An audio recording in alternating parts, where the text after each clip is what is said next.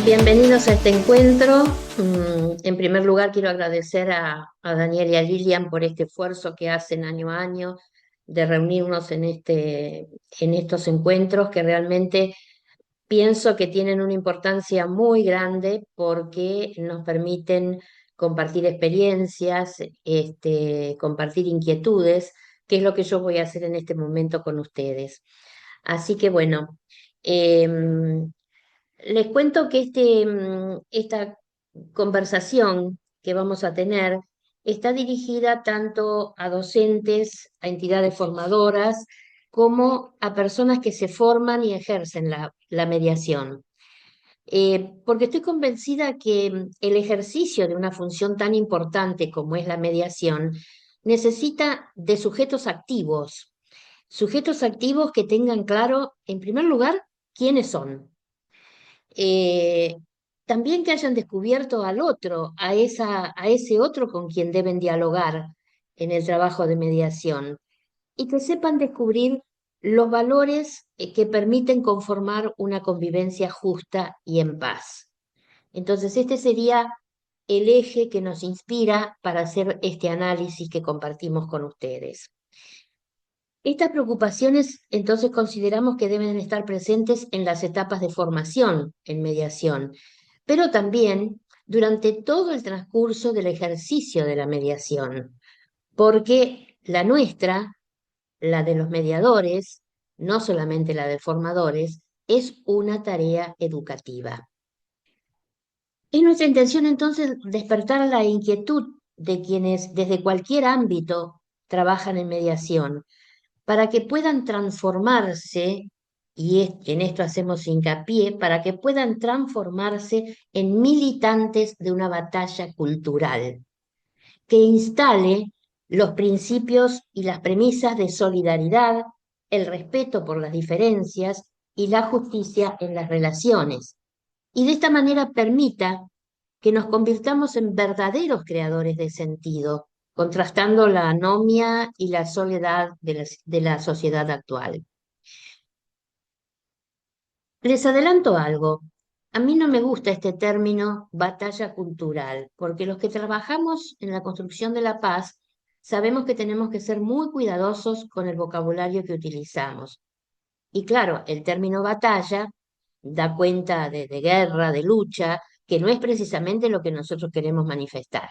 Ahora, sin embargo, somos conscientes de que este vocablo, esta forma de expresarse, es utilizada tanto en los ámbitos políticos, sociales, económicos, y en el vocabulario cotidiano también. Y entonces nos encontramos obligados a usarla porque es bueno que sepamos exactamente de qué estamos hablando.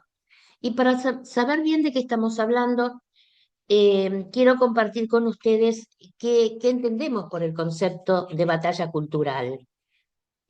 Cuando decimos batalla cultural, nos referimos al esfuerzo que se realiza desde distintos espectros, ya sea desde el espectro político, desde el espectro social, desde el espectro económico, para crear una conciencia hegemónica, es decir, válida para todos, sobre aquello que debe considerarse que está bien o que está mal, para aquello que debe considerarse que es justo o que es injusto.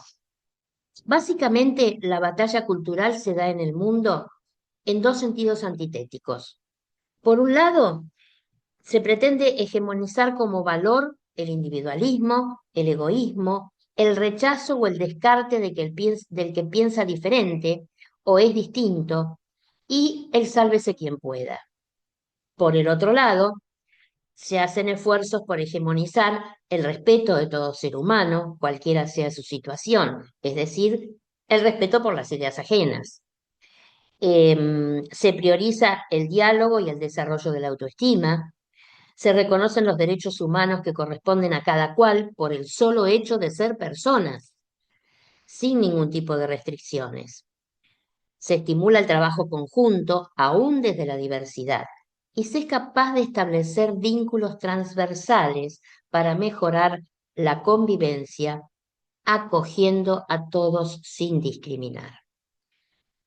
Desde mi punto de vista, en la Argentina y me refiero a la Argentina porque es el lugar donde vivo y que conozco más, aunque sé que esto ocurre en todo el mundo, la batalla cultural actual apunta a instalar valores que a nuestro criterio se contraponen con aquellos valores que estudiamos y proclamamos desde la mediación.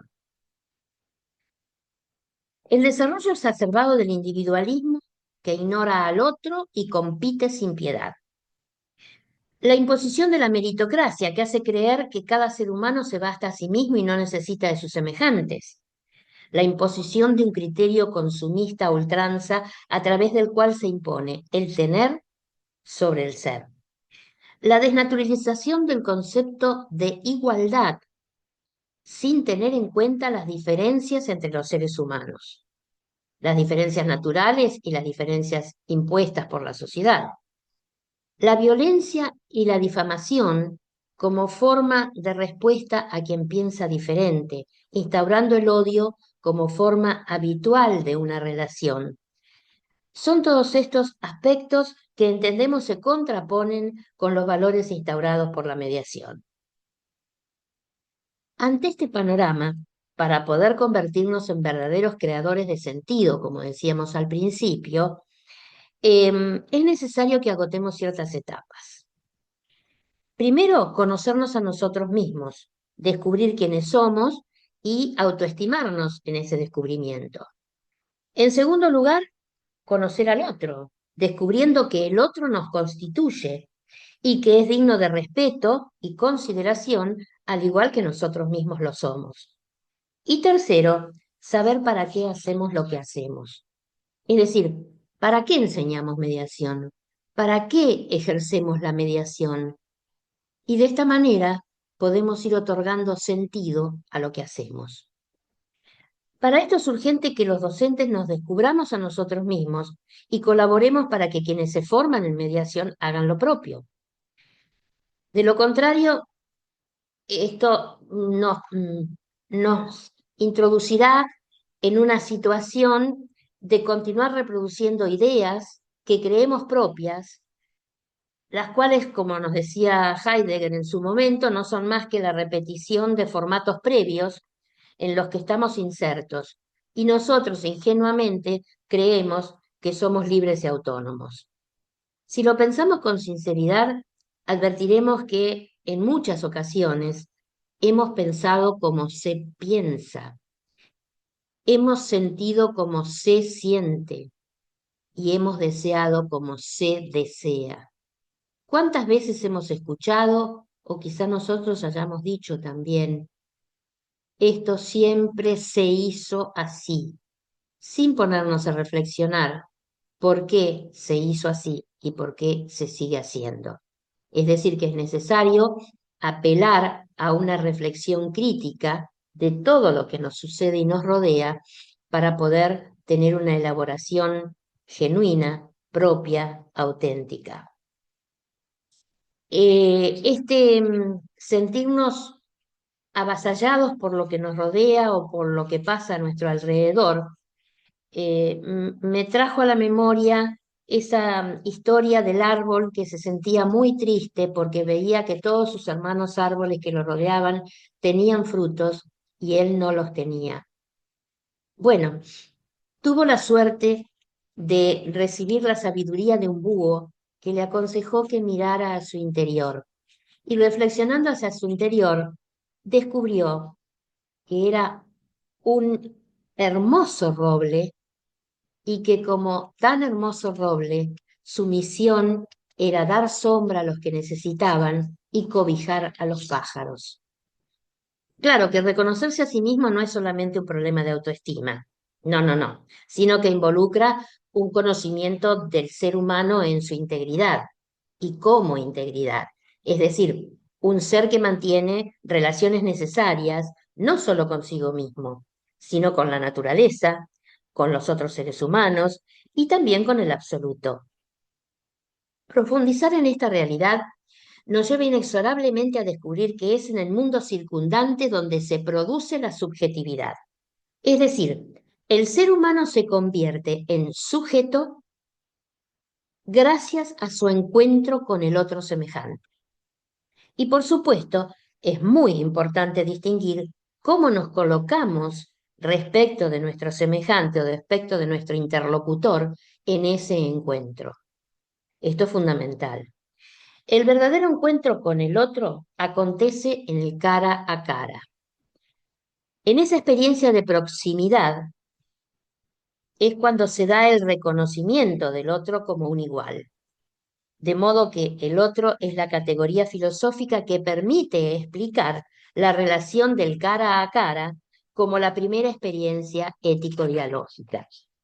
Esto es relevante para el trabajo de mediación, pues se nos abre una posibilidad al encuentro dialógico que dista mucho de ser la de rechazo, como nos propone la conciencia hegemónica que se pretende imponernos. Lévinas introduce la teoría o la idea de la alteridad, que surge de la constatación de que existe una otredad radical que nos separa de esa lógica de mero individuo que solo ve su relación consigo mismo, de ese individuo que solo se ve su propio ombligo. Lévinas nos ayuda a comprender que somos con el otro, porque el otro nos constituye. Esto me parece muy importante reconocerlo. Somos con el otro porque el otro nos constituye. Es el otro quien nos abre esa dimensión, pues él mismo se presenta a nuestra consideración como inabarcable y sin embargo necesitado de comunicación. La alteridad forma parte de la propia identidad, en tanto que aquello que nos particulariza y describe como individuos, aquello que podemos denominar como personalidad o carácter, es precisamente la suma de todo lo vivido, que incluye también la relación con el otro y la comparación con el otro. A través del lenguaje es que nos abrimos a la alteridad. La palabra siempre es una interpelación que el otro me lanza, a la que yo respondo, o al menos tengo la obligación ética de responder. Esa respuesta supone, ya desde un comienzo, un intento de comprender su alteridad, de acercarme a ella sin anularla. En todo caso, la dimensión comunicativa en ese plano intersubjetivo es fundamental y es un gran aporte para la mediación. Desde el plano ético, capto al otro como alteridad que no poseo ni puedo poseer. Nunca voy a poder comprender lo que le ocurre al otro como él lo comprende de sí mismo. Esto es obvio. ¿Mm?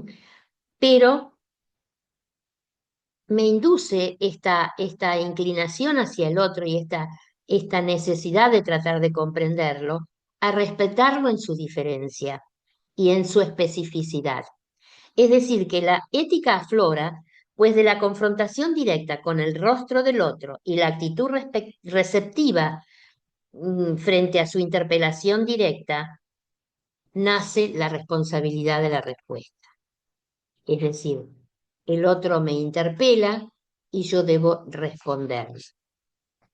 Una vez que nos hemos descubierto a nosotros mismos y hemos descubierto a este otro que nos constituye y al cual debemos respetar en su especificidad y en sus diferencias, nos asalta el interrogante de para qué hacemos lo que hacemos, para qué enseñamos mediación y para qué ejercemos la mediación. Decíamos que la mediación apunta a colaborar con el desarrollo de una forma de convivencia que nosotros hemos denominado pacífica y justa. Bien, ello comienza enmarcándose en una comunicación sincera a través del diálogo y quiero leerles algo de Paulo Freire, que es quien se refiere al diálogo de esta manera que compartimos.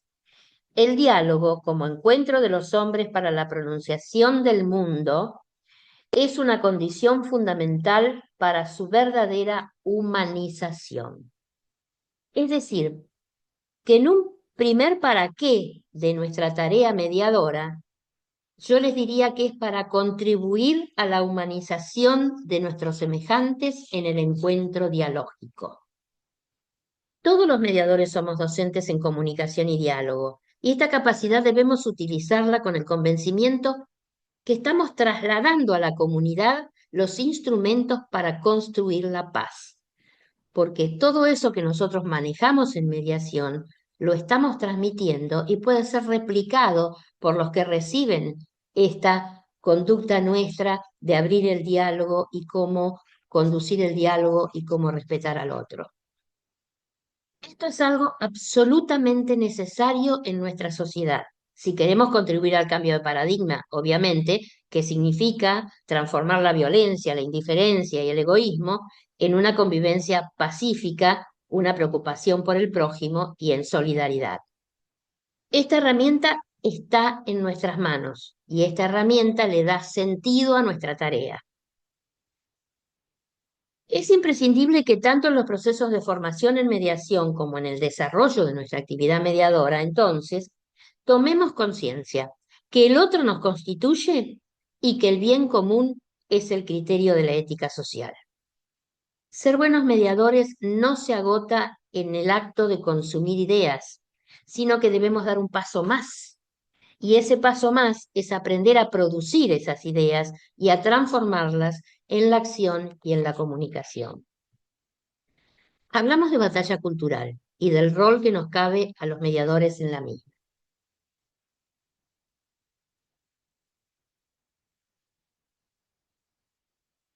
Pensemos que la cultura, y aquí voy a volver a hacer una transcripción, porque quiero transmitirles aquello que nos dice Mamerto Menapache en uno de sus hermosos libros. La cultura es la memoria colectiva del crecimiento que todo grupo humano ha ido acumulando como sabiduría en su relación con la tierra, con los hombres y con Dios. Es una manera de ver la vida y de integrar una escala de valores. Una manera de ver la vida y de integrar una escala de valores. La mediación es cultura, pues nos acerca a una determinada manera de ver la vida desde la relación entre nuestros semejantes y con nuestros semejantes, y desde allí integrar esa visión a una escala de valores. ¿Cuáles son esos valores? Se pone en el centro al ser humano con toda su dignidad inalienable, al encuentro con el otro como paso necesario para convertirnos en sujetos y constituirnos como seres solidarios, es decir, descubriendo que somos con el otro. Al respecto irrestricto de los derechos inalienables de cada ser humano y de todos los seres humanos como premisa fundamental de las relaciones. El desarrollo del diálogo sincero, honesto, que prioriza la escucha como la capacidad del corazón que hace posible la proximidad. Como dice el Papa Francisco, ese diálogo que permite la comunicación entre el tú y el yo, que están en salida tendiendo uno hacia el otro. Hay autores que ubican en 4 ítems los mecanismos para el control del discurso ético y el logro de un cambio cultural significativo y sustentable. Los tomamos como referencia para razonar, porque, digamos, serían los espacios que estos autores ven, no quiere decir que no haya otros, los espacios donde como seres humanos, pero especialmente como mediadores, que traemos con nuestra formación estos valores que estamos describiendo, podemos influir en la modificación de este paradigma y en revertir la orientación del cambio cultural o de la batalla cultural que se está queriendo imponernos. Estos ítems son la legislación y las políticas públicas, la educación, los medios de comunicación y la cultura popular y los movimientos sociales. Ante esto, los mediadores nos tocan analizar en cuál de todos estos aspectos o espectros podemos nosotros influir para librar la batalla cultural que permita instaurar los valores de la mediación, que no son otros que aquellos que aspiran a construir una sociedad justa y una sociedad en paz. No podemos desconocer que la legislación y las políticas públicas actúan como instrumentos para promover nuevas normas éticas. Desde este convencimiento, cada mediador puede convertirse en un militante de la promoción de principios de justicia y dignidad humana, los cuales resultan esenciales para el desarrollo de una sociedad más equitativa y moralmente avanzada. Claro que la educación, área en la que ejercemos protagonismo tanto los formadores como los mediadores, es uno de los mecanismos más efectivos para el cambio ético. Y lo es porque a través de la mediación pueden establecerse valores y principios que acompañarán a los docentes y a quienes ejerzan la mediación en sus propias vidas y en el ejercicio de estas funciones, de estos roles, trasladándolos a quienes se relacionen con ellos. Es aquello que yo les hablaba antes de que nosotros tenemos la posibilidad de trasladar a la comunidad los instrumentos para construir la paz. Son estos valores que vamos reflejando a través de nuestra actividad mediadora. Por esta razón, Nod insista a centrarse en la ética del cuidado, basada en incorporar virtudes como sujetos relacionales que somos, más que como sujetos independientes, empoderando al individuo con procesos y conocimientos que lo concienticen de aquello que lo hace único, pero también semejante a los demás.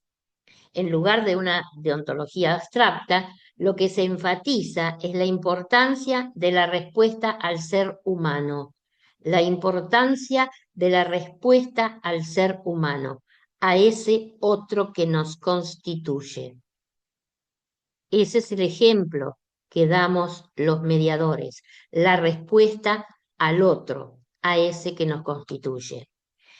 En la medida en que como ciudadanos y como mediadores podamos influir en los medios de comunicación y en la cultura popular también, en este caso a través de redes sociales, contenidos en plataformas, videos, etcétera, qué sé yo, cada uno sabrá en su ámbito qué capacidad de influencia y de difusión tiene, podemos generar herramientas poderosas para difundir y normalizar los valores éticos que promueve la mediación, que no son otros, le repito, que aquellos que son capaces de transformar a la sociedad en una sociedad justa y pacífica. Por su parte, los movimientos sociales, en la medida que movilizan recursos, generan solidaridad, construyen marcos interpretativos que redefinen los valores culturales, también son un instrumento importante para transformar las normas culturales. Los docentes y los mediadores podemos integrar movimientos sociales que respondan y difundan los valores que hemos incorporado con la mediación. Siempre sostuve que a través de la mediación podemos producir una revolución y una transformación de valores capaces, como les digo, de instaurar la paz social. Pues para ello solo es necesario recomponer las relaciones de convivencia, desde esos valores que sostenemos y con las herramientas con las que contamos. Fíjense que es fundamental en estas relaciones de convivencia para que puedan ser pacíficas y justas el respeto mutuo, la capacidad de diálogo, la apertura hacia el otro, la aceptación de las diferencias. Todo eso llevamos con nosotros a cuestas en el trabajo de mediación. A lo largo de mi vida les confieso que se me ha calificado, y muchas veces peyorativamente, de idealista, entre comillas, y con algún tonito distinto. Y sin embargo, mi experiencia me ha demostrado que aún aquellas tareas difíciles, que parecían imposibles, de pronto se han transformado en situaciones viables. Y muchos de los que me decían, no vas a poder, tuvieron que revertir su opinión.